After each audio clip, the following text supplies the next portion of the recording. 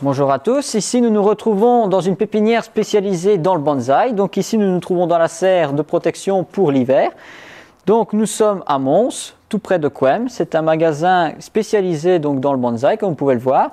Il fait aussi bien tout ce qui est bonsaï japonais, aussi tout ce qui est niwaki, donc ce sont des arbres d'extérieur qu'on met en pleine terre.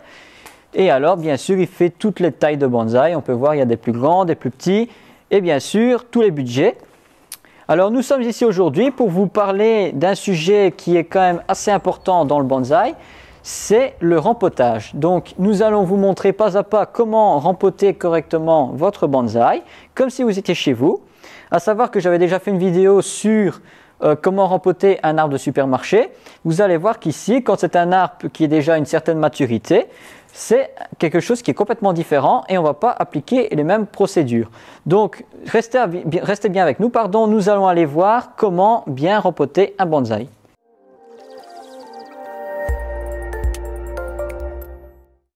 Donc ici, nous avons l'arbre que nous allons rempoter aujourd'hui. Donc c'est un arbre qui a déjà quelques années. Pourquoi on va le rempoter? Parce qu'il est déjà dans ce pot-là depuis une certaine période, ça veut dire quelques années. Et du coup, il faut revenir sur le chevelu racinaire qui, vous imaginez bien, s'est enroulé tout autour de la circonférence du pot, dans le bas et sur les côtés. Et il n'est plus concentré sur le milieu de l'arbre, ce qui va faire qu'il va y avoir un chignonnage et la motte va se soulever au fur et à mesure. Donc ici, on va vraiment l'enlever de son contenant, on va le remettre dans le même pot, mais on va entretenir le chevelu racinaire pour favoriser le développement de petites racines, des radicelles, au détriment des racines plus importantes pour pouvoir permettre aux branches de pouvoir continuer à faire leur développement en symétrie avec ce qui se trouve dans le substrat. Donc maintenant que vous voyez l'arbre que nous allons mettre en rempotage, donc il s'agit d'un Zelskova. Maintenant nous allons procéder au rempotage et on va montrer quel substrat utiliser, quelle granulométrie et aussi les étapes du rempotage. Donc maintenant nous allons aller voir ça maintenant ensemble.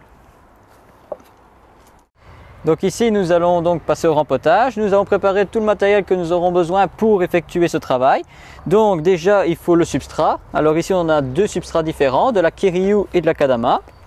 Pour un feuillu tel que celui qu'on présente, ça va être 70% d'Akadama avec 30% de Kiryu.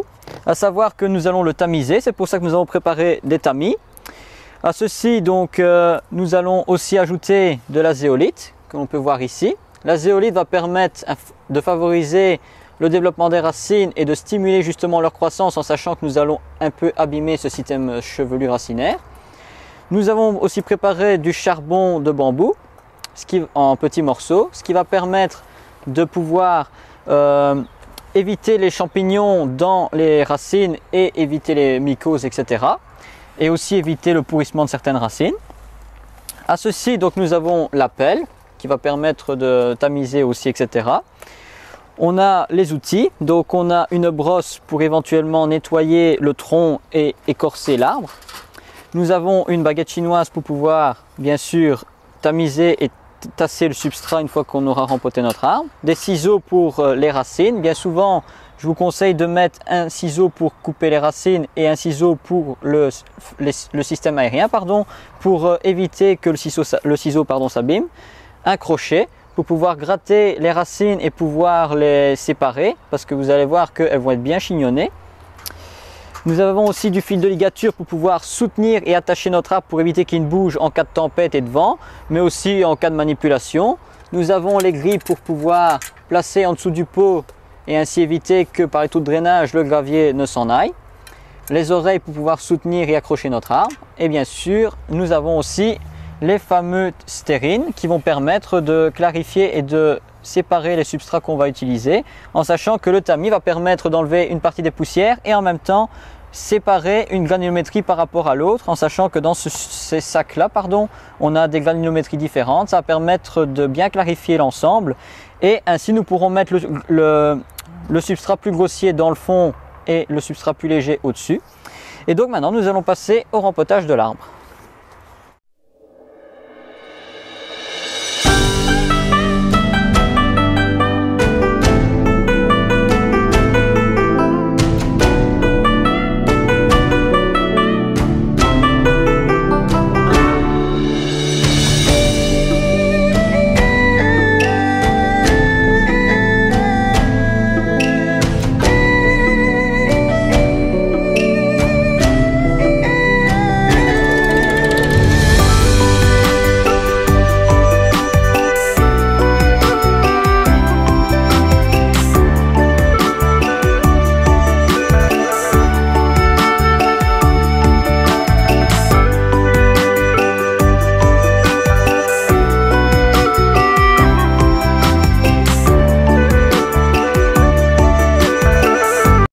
Donc voilà, maintenant notre substrat est tamisé.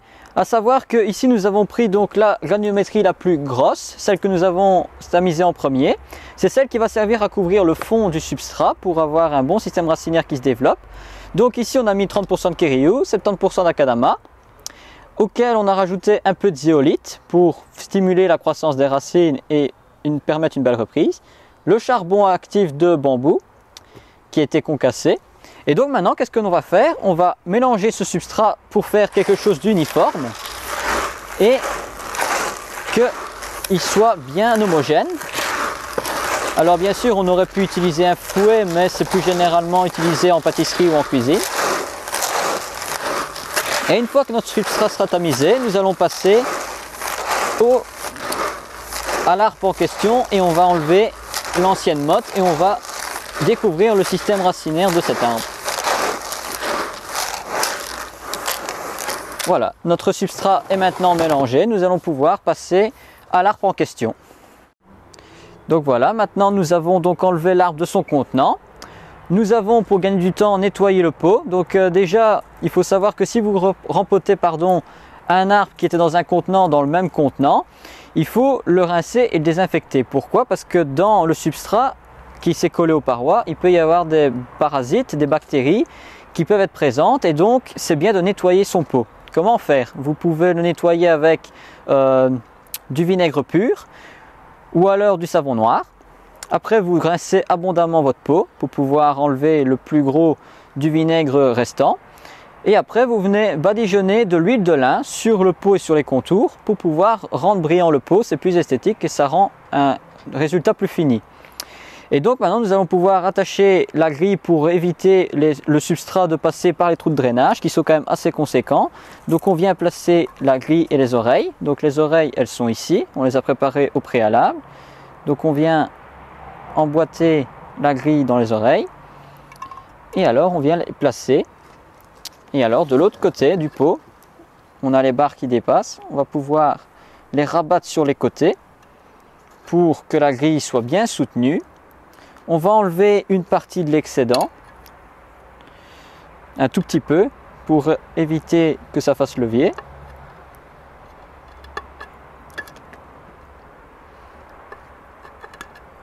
Voilà, et alors on vient appuyer pour que ce soit plus stable. Voilà, donc maintenant que les grilles sont posées, on va pouvoir placer le fil pour pouvoir soutenir notre arbre. Et après on va passer donc à la fameuse état racinaire de l'arbre. Donc voilà, notre arbre est maintenant hors de son contenant. Nous allons pouvoir passer à l'entretien général de l'état racinaire. Donc ici, on peut voir que les racines sont quand même déjà bien densifiées. On va commencer par le dessus. Donc on va commencer à gratter la couche superficielle pour enlever le substrat et dégager les racines. Après quoi, nous viendrons faire les extrémités, les côtés, et on terminera par le dessous.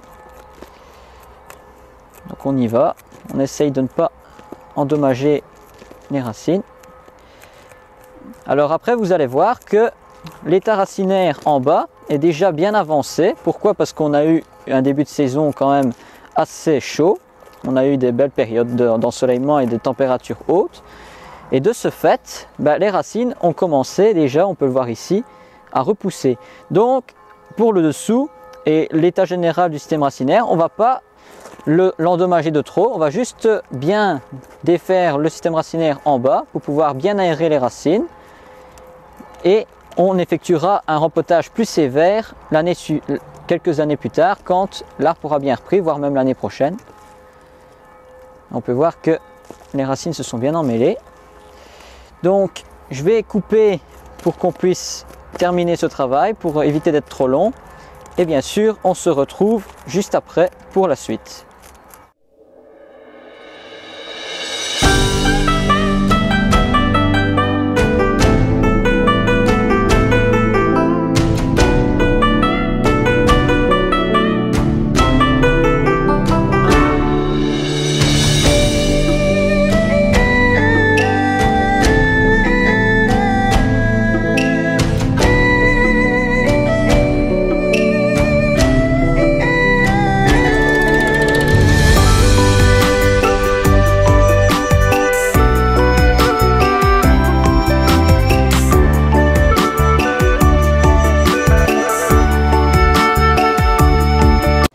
Donc ici maintenant nous avons fini de défaire le chevelu racinaire de cet arbre. Donc surprise, ça fait au moins 5-6 ans qu'il est dans ce pot. Pourquoi? Parce que on peut le voir en le soulevant, les racines qu'il nous a formées. Alors ces racines là bien sûr ne vont pas rester, je vais vous expliquer pourquoi. Pour qu'un arbre puisse se développer correctement dans un pot tout petit, il faut déjà de petites racines. Pourquoi? Parce que c'est elles qui vont permettre d'assimiler les engrais, les oligo-éléments présents dans le sol, etc. et aussi l'eau qu'on va apporter. Ces racines-là, elles ne servent juste qu'à l'arbre de s'ancrer dans la nature. C'est ce qui va lui permettre de se stabiliser dans le sol. Dans le pot, c'est les fils de ligature qu'on va installer qui vont permettre d'arrimer l'arbre au pot. Et donc ça, on n'en a plus besoin. Donc on va venir les supprimer au plus près de la base avec un ciseau toujours bien désinfecté pour éviter la transmission de virus et de maladies d'un arbre à l'autre. Et on va toujours venir au plus proche de la base des racines de l'arbre, couper les grosses racines pour ne laisser que les petites radicelles qui sont les plus intéressantes dans ce cas-ci. Donc on y va.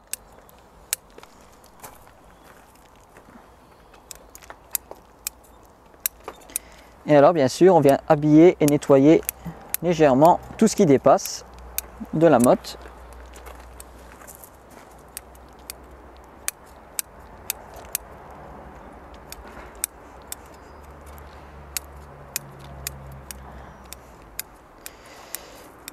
Et comme ça, nous allons repartir avec un chevelu racinaire qui est déjà plus proche de ce qu'on recherche. Donc ça veut dire très compact. Il va pouvoir, maintenant qu'on a nettoyé ce système racinaire, pouvoir se densifier à nouveau pour pouvoir de nouveau refavoriser le développement de petites racines. Et ça va permettre à l'arbre de repartir en meilleure forme. Donc maintenant, nous allons terminer ce travail en dehors de la vidéo et on se retrouve pour la mise en place et le placement du substrat. Donc voilà, les fils sont installés, le pot est présent avec le substrat. On va pouvoir le présenter. Donc ici, on a mis le substrat en dôme, en butte, du centre vers les extérieurs. Pourquoi? C'est tout simple. Donc maintenant, nous allons poser notre arbre, nous allons le présenter dans la position qui doit être. Et pour justement répartir le substrat correctement en dessous du système racinaire, car après ce sera difficile d'y accéder, on va visser. Donc en fait, on va torsader l'arbre de droite à gauche et de gauche à droite pour répartir le substrat qui est en dessous des racines correctement et qu'il soit bien réparti pour éviter les bulles d'air et que le substrat puisse rentrer jusqu'au cœur de l'arbre comme on peut voir ici. Le fait d'avoir fait le dôme, les racines sont vraiment en contact direct en dessous avec le substrat. Et maintenant nous allons pouvoir venir remettre par-dessus du substrat plus fin et on va pouvoir, avec une baguette chinoise, tasser pour vraiment répartir le substrat partout autour du chevelu racinaire restant.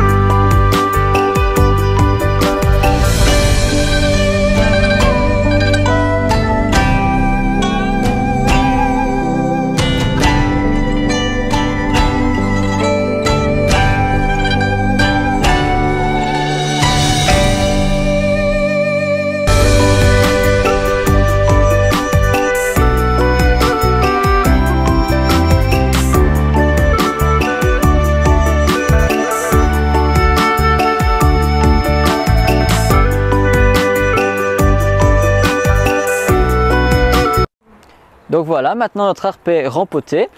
Donc on a pu voir pendant le placement du substrat qu'on a mis du substrat plus grossier en profondeur. Après nous avons remis un substrat de finition par-dessus. Et on a pu voir que j'ai délimité les bords avec mon doigt. Ça a permis en fait de rendre plus esthétique la présentation de l'arbre. Et ça permet de ramener le substrat des côtés sur le milieu de l'arbre. Ce qui fait comme une petite butte et en même temps ça dégage les bords. Donc maintenant qu'il est rempoté, il va falloir l'arroser. Alors, ce qui est important de savoir, c'est que quand on arrose un bonsaï qui vient d'être rempoté, c'est que le substrat, il y a encore des résidus et des poussières qui doivent partir. Donc, il faudra arroser copieusement de telle façon à ce que l'eau qui passe par-dessous ne soit plus orangée comme elle va l'être, mais qu'elle soit bien claire. Et c'est de cette façon qu'on va voir que l'arbre est bien arrosé, car la motte sera bien humide et toutes les poussières seront parties. Et alors, donc maintenant, nous allons passer à l'arrosage, que vous pouvez faire avec l'aide d'un arrosoir ou d'un asperceur comme celui-ci, avec une pomme très fine qui va permettre de faire comme de la pluie. Donc maintenant on va passer à l'arrosage.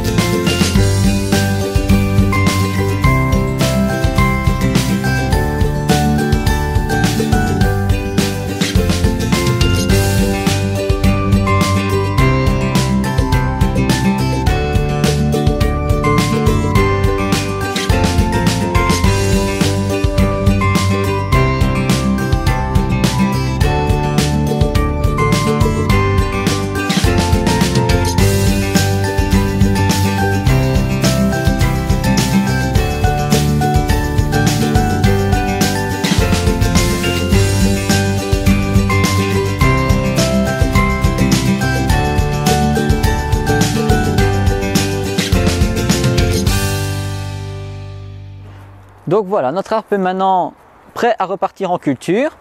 Donc ici, nous avons arrosé copieusement comme vous avez pu le voir. Ça a permis aux poussières de partir. Maintenant donc, vous pouvez faire deux choses. La première, mettre un stimulant racinaire. Ça bien sûr, vous allez trouver facilement en pépinière spécialisée bonsaï. C'est un produit qui est sous forme liquide que vous mettez lors du premier arrosage, juste après l'arrosage, ce qui va permettre de stimuler les racines et d'éviter la perte de racines, et ça va les rebooster et ça va leur donner un coup de pouce. Et alors la deuxième chose que vous pouvez faire, c'est, ici on n'a pas le cas, mais si maintenant au niveau des racines principales vous avez des petites radicelles qui sortent parce que vous avez relevé le pot par rapport au pot, etc., et bien à ce moment là vous pouvez mettre de la sphaigne. Comme ça, ça va garder l'humidité et ça va permettre de protéger le chevelu racinaire qui sera hors pot et hors substrat, et ainsi d'éviter de la perte des racines. Donc voilà, j'espère que cette petite vidéo vous aura plu. Maintenant, donc cet arbre, nous allons le remettre en culture et on va pouvoir après l'engraisser. Alors je tiens à remercier aussi Michael qui nous a chaleureusement accueillis chez lui pour pouvoir présenter cette vidéo. N'hésitez pas à aller sur sa page Facebook de Bonsaï Mons et on se retrouve très bientôt pour la suite de Bonsaï, et à très bientôt pour une nouvelle vidéo. Au revoir.